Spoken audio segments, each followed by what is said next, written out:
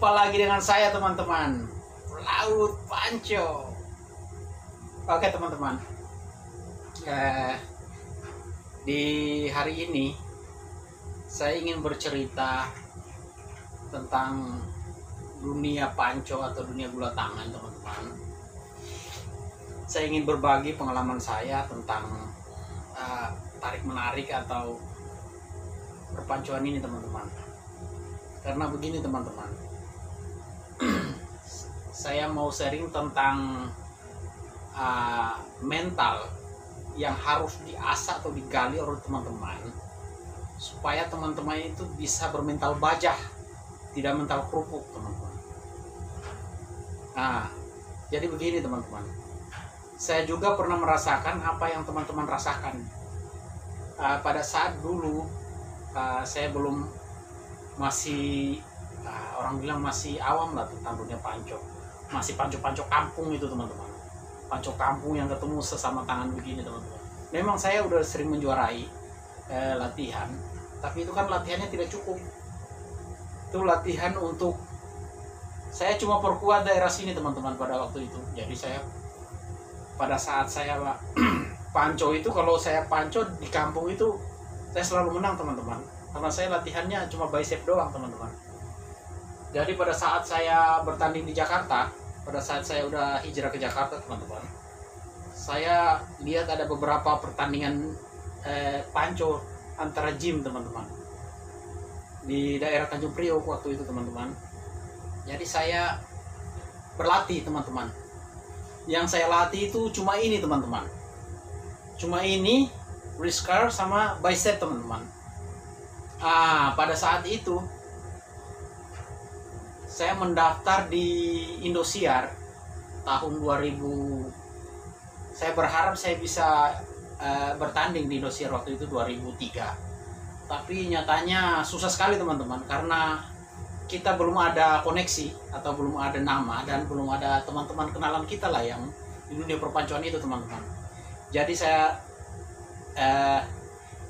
himbau kepada teman-teman yang senang dengan panco itu, masuklah ke dalam dunia komunitas panco itu di kota manapun teman-teman berada. Jadi gampang teman-teman untuk berbaur dan mengikuti kejuaraan itu, gampang teman-teman. Tapi bukan itu poinnya. Saya mau membangkitkan bagaimana mental bertarung teman-teman. Pada saat saya mengikuti kejuaraan di Tanjung Priok itu teman-teman, memang di bicep saya itu udah kuat teman-teman, karena latihan saya cuma wrist curl sama bicep teman-teman. Waktu itu juara itu tidak terkalahkan. Saya main di kelas 80 ke bawah teman-teman, 75 ke bawah lah waktu itu. Juara di Tanjung Priok itu tidak terkalahkan beberapa tahun berturut-turut itu teman-teman. Jadi waktu itu saya tidak down teman-teman. Walaupun saya baru latihan, saya tidak down sama teman-teman sang juara bertahan itu teman-teman. Pada puncaknya saya diadu sampai saya lolos ke final. Saya diadu sampai sang juara bertahan itu teman-teman. Begitu diadu, saya berhasil mengalahkan itu orang itu teman-teman. Alhamdulillah akhirnya saya di Tanjung Priok dikenal sang pelaut juara panco waktu itu di kelas. Orang-orang udah pada mulai kenal saya teman-teman. Jadi kita itu mulai dari bawah dulu teman-teman. Jangan pernah pesimis dan jangan pernah ragu akan kemampuan kita. Semua itu kita asah terus teman-teman. Jangan pernah bilang, wah ini di kelas ini mainnya jagoan-jagoan semua, para jawara-jawara semua. Tidak teman-teman, saya dulu tidak begitu. Walaupun malah yang jawara-jawara itu yang saya cari untuk saya bisa mengadu sama mereka teman-teman. Karena apa? Teman-teman kalau bisa mengalahkan jawara-jawara di kelasnya masing-masing, nama teman-teman akan melambung, akan dikenal semua pemanco-pemanco di seluruh nasional. Bahkan di negeri jiran pun, Malaysia udah mulai bahkan kenal teman-teman. Apalagi teman-teman udah aktif di medsos seperti ini teman-teman. Jadi begitu teman-teman. Karena ada beberapa orang yang saya bilang mentalnya itu harus perlu diasah, bahwa karena tiap kelas itu teman-teman ada jawaranya teman-teman. Teman-teman mau main di kelas 65 ke bawah, itu jawaranya tetap ada. Jadi teman-teman berusahalah di kelas teman-teman yang teman-teman yakin, di sini saya akan usaha. Misalnya saya main di kelas 75, usahalah untuk mengalahkan saya teman-teman. Karena apabila teman-teman bisa mengalahkan saya, nama teman-teman akan melambung, akan dikenal seluruh pemanco Indonesia teman-teman, dari Sabang sampai Merauke. Nah begitu teman-teman. Jadi teman-teman gak usah ragu. Kenapa? Karena kita manusia itu punya kelemahan. Sama-sama makan nasi teman-teman. Jadi teman-teman gak usah perlu takut. Si ini kuat, si ini, aduh, gimana cara mengalahkannya? Tidak perlu ragu. Semua itu tingkatkan porsi latihan teman-teman dengan mempelajari teknik. Bagaimana teman-teman bisa kira-kira teman-teman lihat permainannya seperti apa, cara melawan-lawan teman-teman itu. Nah, lanjut cerita teman-teman. Pada saat saya bergelut di kejuaraan nasional, waktu itu masih awam saya teman-teman. Masih awam sama sekali. Saya tidak kenal dengan apa itu top roll teman-teman. Dengan apa itu top roll. Tapi saya yakin bicep saya itu memang kuat sekali teman-teman. Karena latihan saya itu terus. Bicep dan sayapnya Urisi ini kuat memang teman-teman. Tapi ternyata tidak teman-teman. Karena bicep yang keras ada kuat itu ada kelemahannya. Karena kita harus melatih bagian lain. Pada saat saya mengikuti kejuaraan waktu itu di Ancol teman-teman, memang saya masuk final. Saya belum kenal apa itu top roll. Cuma saya taunya main nahan, tunggu sampai lawan lengah, baru saya habis tenaganya saya balas. Cuma begitu aja teman-teman. Jadi kalau sekarang udah enggak, semua teknik saya harus pelajari untuk bagaimana kita berkembang ke depan. Begitu juga teman-teman di dunia panco. Bagus sekali teman-teman, asallah kemampuan teman-teman. Sampai saya, bagaimana caranya?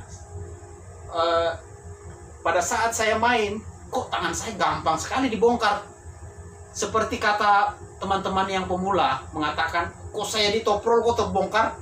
Nah, itu yang jadi pelajaran teman-teman yang harus di video-video saya lalu saya sudah terangkan. Bagaimana untuk menahan laju top roll, bagaimana untuk kita bisa membalas serangan lawan. Bagaimana untuk kita melakukan serangan top roll. Semua itu ada bertahap teman-teman. Tapi kita nggak perlu ambisi juga teman-teman. Jadi poin-poinnya teman-teman nggak perlu takut main di kelas manapun. Sesuai dengan berat badan teman-teman. Nggak usah takut teman-teman. Karena teman-teman yakin akan kemampuan teman-teman sendiri. Latihanlah serajin mungkin dan pelajari teknik yang seperti saya katakan tadi. Pada saat itu saya kalah di final, kok dia nariknya begini ya?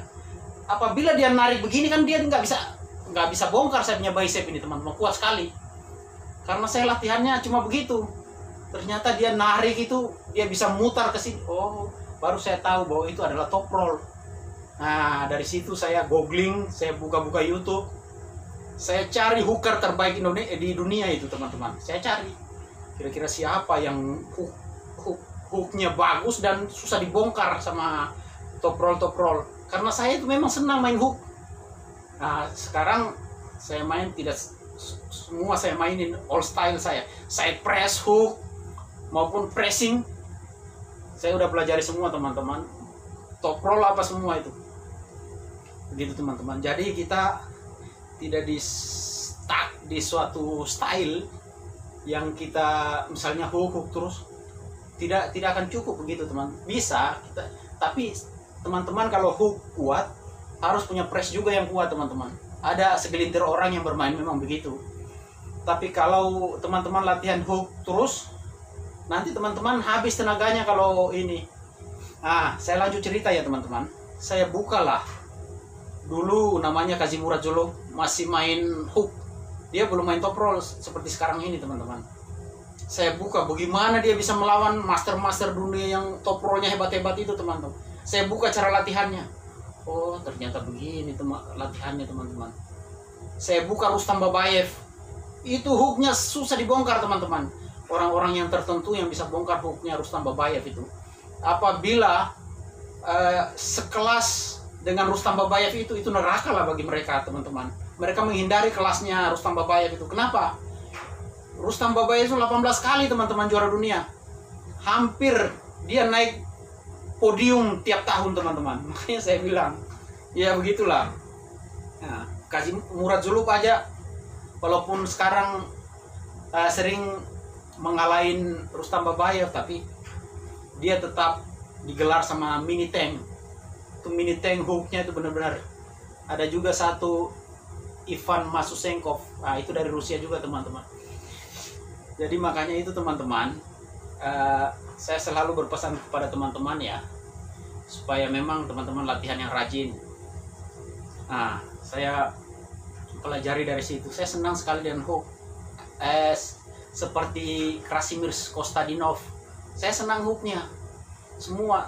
Makanya saya bagaimana caranya untuk saya bisa mendapatkan informasi. Saya DM waktu itu mereka teman-teman. Saya DM langsung lewat waktu itu saya lewat Facebook. Saya DM, saya tanya bagaimana program latihannya ini. Teman-teman pun bisa kalau seperti itu teman-teman. Gampang kan? Jadi teman-teman sesuai teman-teman kira-kira style apa yang teman-teman yang senang. Ya kayak begitu seperti ya kayak John Berzeng.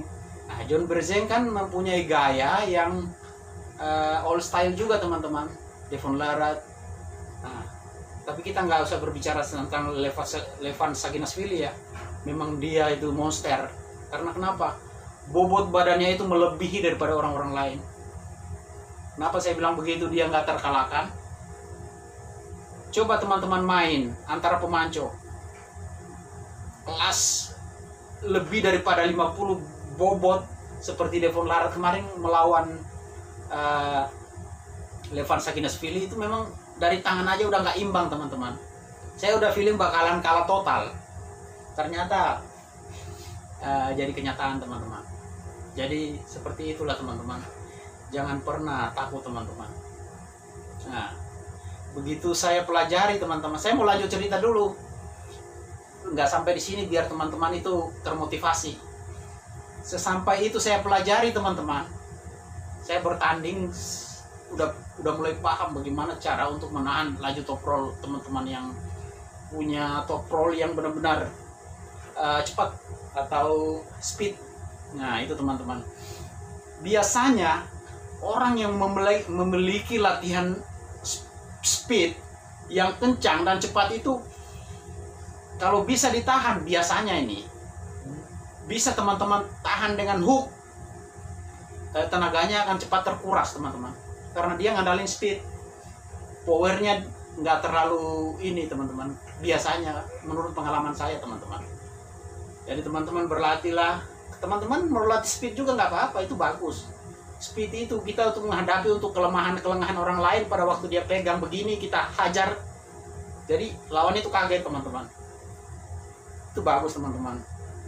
Karena ada beberapa pemain-pemain yang menggunakan speed, ada yang menggunakan power, ada yang menggunakan kuncian.